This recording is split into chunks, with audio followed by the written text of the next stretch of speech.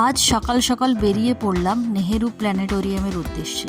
চলো যাওয়া যাক।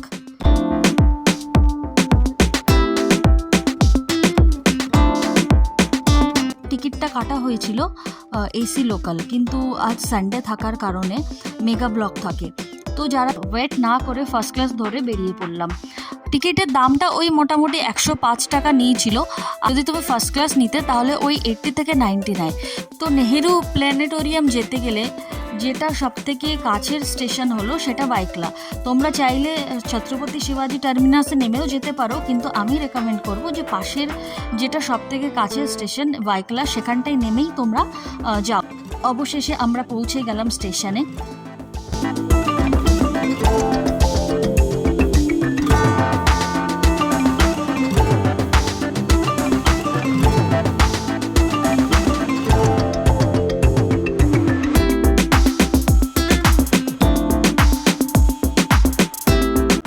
এবার এখান থেকে আমরা বেরিয়ে ক্যাব করলাম, যেটার ভাড়া ওই মোটামুটি 200 থেকে 300 টাকার মধ্যে নেবে।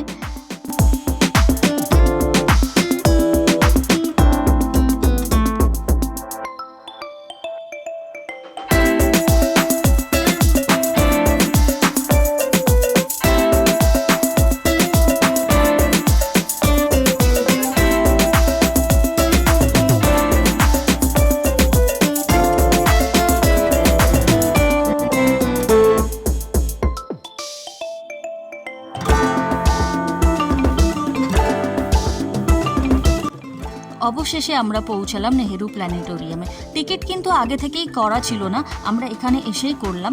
আমরা আসলে 12:30টার যে শোটা থাকে হিন্দি শো, সেটা দেখবো বলে এসেছিলাম, কিন্তু যেহেতু আমরা অনেক আগে পৌঁছে গেছি তো 10:30টায় যে শোটা ছিল সেটা শুনলাম যে হিন্দি শো। তো আমরা দেরি না করে তাড়াতাড়ি করে টিকিট কেটে নিলাম। টিকিট ওই ধরো মোটামুটি 150 টাকা পার পার্সন নিয়েছিল। তো চলো এখন ভিতরে যাওয়া যাক।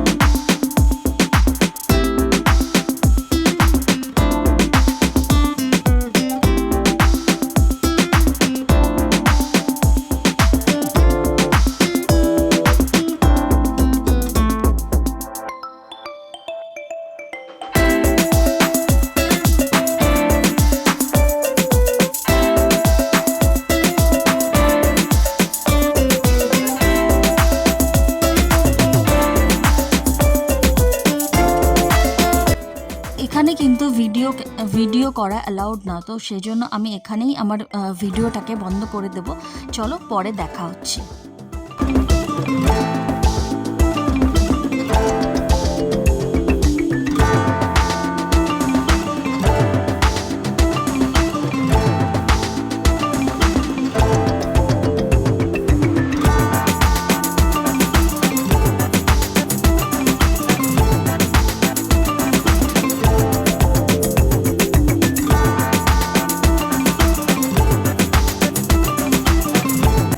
আমাদের শো যেটা ছিল সেটা শেষ হলো। এখন আমাদের খুব খিদে পেয়ে গেছিলো, তো এখানে অনেকগুলি স্টল ছিল যেখান থেকে আমরা খেয়েছিলাম এগরোল আর মশালা ম্যাগি। এখানে তুমি যদি এসে টেস্ট খোঁজো কলকাতার মতো টেস্ট, তাহলে তুমি পাবে না।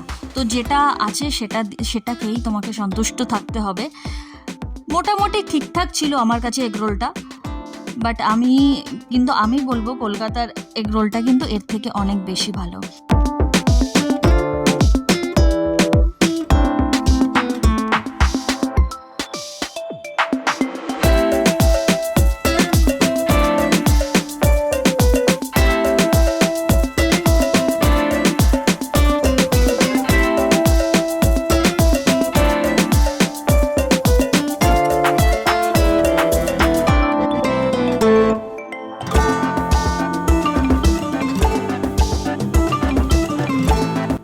আর এখানে বরফ গোলা ছিল, যেটা কিন্তু একদমই মিস করা যাবে না। এখানে এসছো তো বরফ গোলা কিন্তু কেউ মিস করো না, তোমরা এসে কিন্তু এখানে ট্রাই করতে পারো।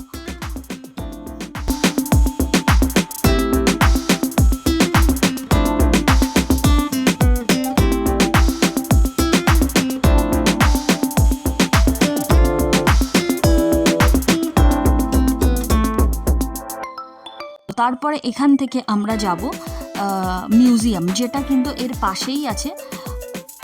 আচ্ছা, মিউজিয়ামে কিন্তু কোনো রকম টিকিট লাগে না, ওটা একদমই বিনামূল্যে তোমরা দেখে নিতে পারো। পাশেই কিন্তু আছে, 1 থেকে 2 মিনিট চলা রাস্তা।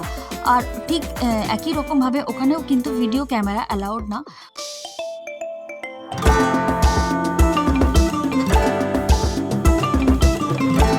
তো আমি বাইরেটা তোমাদের সাথে বাইরেটা শেয়ার করছি, বাকি কিন্তু ওখানে গিয়ে আমাকে ক্যামেরাটা স্টপ করতে হয়েছিল। তো চলো আমরা ভিতরে দেখে এসে পরে কথা বলছি।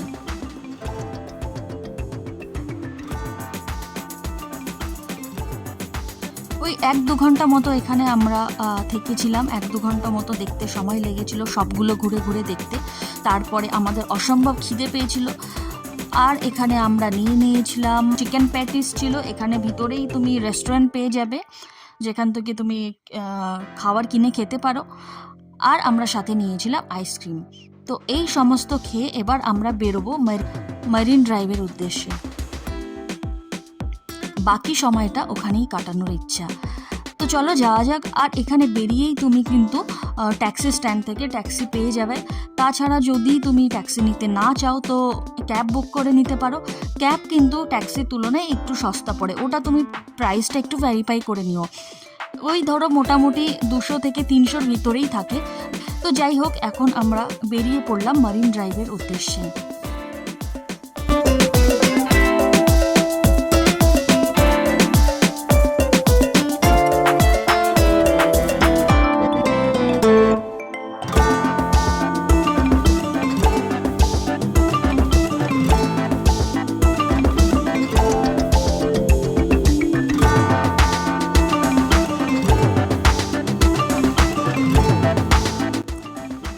ইন্ডিয়ার প্রথম আন্ডার সি টানেল, যেটা প্রথম মুম্বাইতেই তৈরি হয়েছে, আর এটা রিসেন্ট তৈরি হয়েছে। তো সেটার মধ্যে দিয়েই আজকে আমরা যাব। আর এই হলো সেই টানেল। ওই মোটামুটি 2 কিমি জুড়ে কিন্তু এই টানেলটা আছে, যেটা গিরগাঁও চৌপাটি থেকে শুরু হয়ে ব্রিজ ক্যান্ডিতে গিয়ে শেষ হয় সমুদ্রের সি লেভেল থেকে, যেটা 17 থেকে 20 মিটার নিচে আছে। গিরগাঁও আর ওর্লি যাওয়ার যে রাস্তাটা, কোস্টাল এরিয়াটা, সেটা কিন্তু ওই 10 মিনিটে পৌঁছে দেয়। অসাধারণ সুন্দর, মানে তুমি ভাবতেই পারবে না যে তুমি সমুদ্রের নিচে দিয়ে যাচ্ছ। দারুণ দারুণ এক্সপিরিয়েন্স। তো আসলে নিশ্চয়ই একবার এই এক্সপিরিয়েন্সটা, তোমরা যদি কেউ কখনো এখানে ভিজিট করো তো এই এক্সপিরিয়েন্সটা কিন্তু একবার অবশ্যই করো।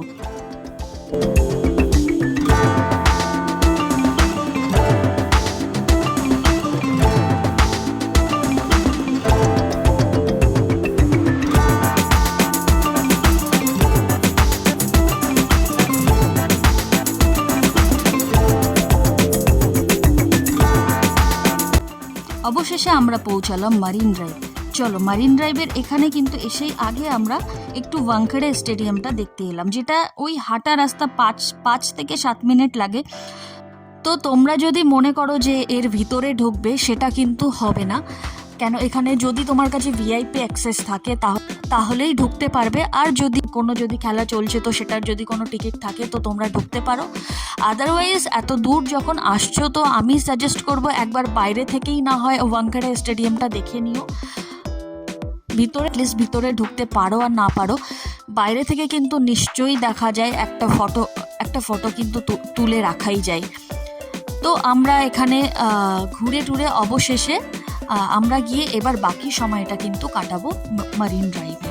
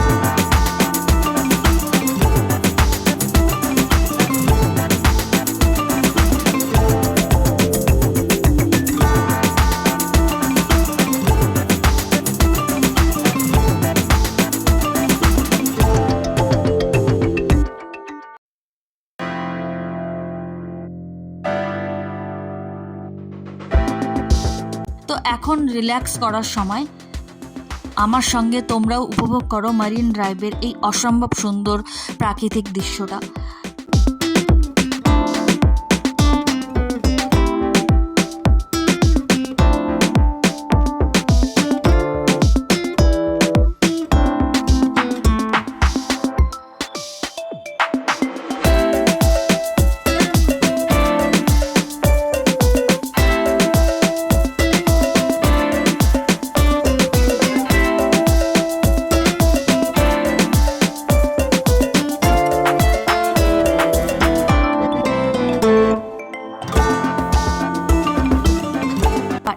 এবার বাড়ি ফেরার পালা।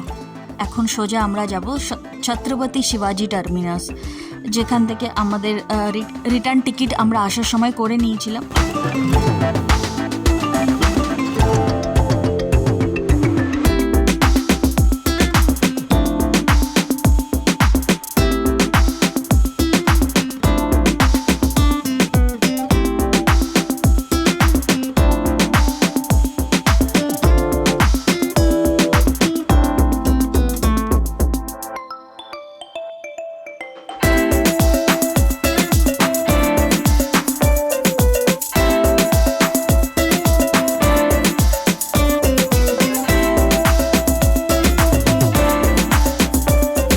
এখন ওই সন্ধে 6টা কি 6:30 মতো হবে, অলমোস্ট বলতে পারো কি সন্ধে হয়ে এসছে।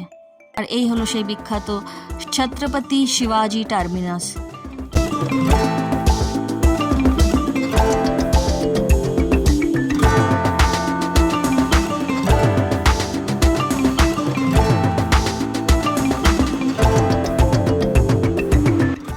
অসাধারণ সুন্দর, অসাধারণ।